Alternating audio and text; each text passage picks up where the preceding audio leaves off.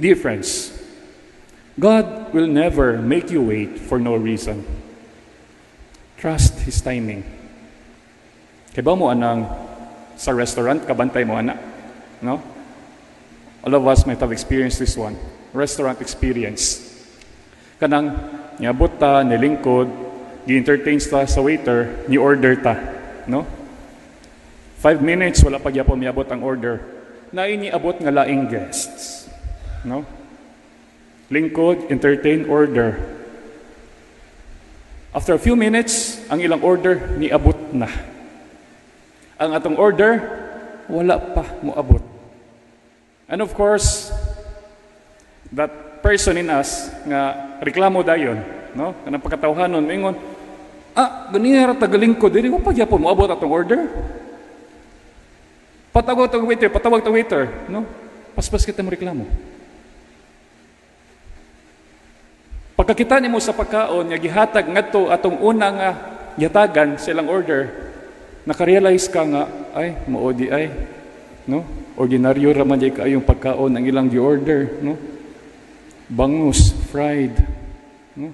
Itlog, ham. Yan nakarealize ka, hala, akong gi-order special man di ay.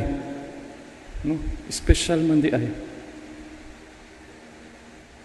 My dear friends, inana sad sa atong pagkinabuhi, isip mga sumusunod, isip mga magtotoo, no? It's not who ordered nganong paspas ang paghatag, but it's what is being prepared for us. It is what is being prepared for us.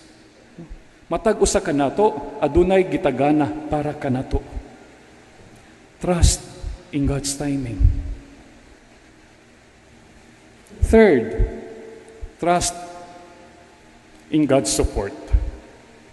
Importante na siya, kaya nga naman, di na sa pagbuhat nato sa mga nindot nga butang, di na sa pagsunod nato ni Kristo usahay, feeling nato, wala na tayo umoy, wala na tayo kusog, kaya nga naman, sa atong pagbuhat, muramag wala ma-affirm, wala ma-recognize ang atong mga nindot nga buhat, wala makita sa mga tao ang atong nindot nga buhat. Father Mark Foley, in his book, The Context of Holiness, would like to remind us that as long as we say yes to God, we will experience a support that is beyond human. We will experience a support that is beyond human. Because we have with us God.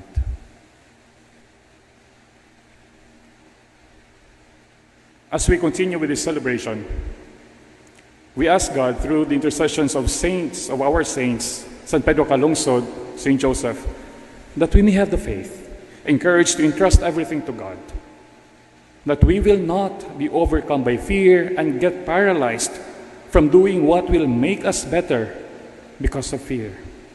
Instead, let us make fear an invitation to strengthen our faith and to grow more in trust.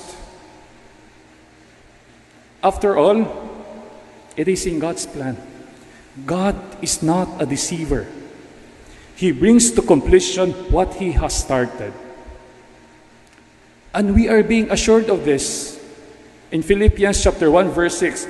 He who began good work in you will carry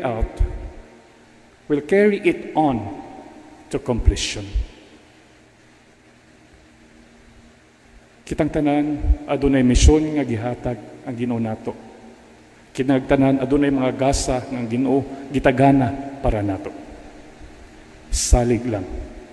Ihatag sa Ginoo ang tanan, o kanang imong gihatag niya, gisalig niya, mubalik kanimo sa kadagang pilo.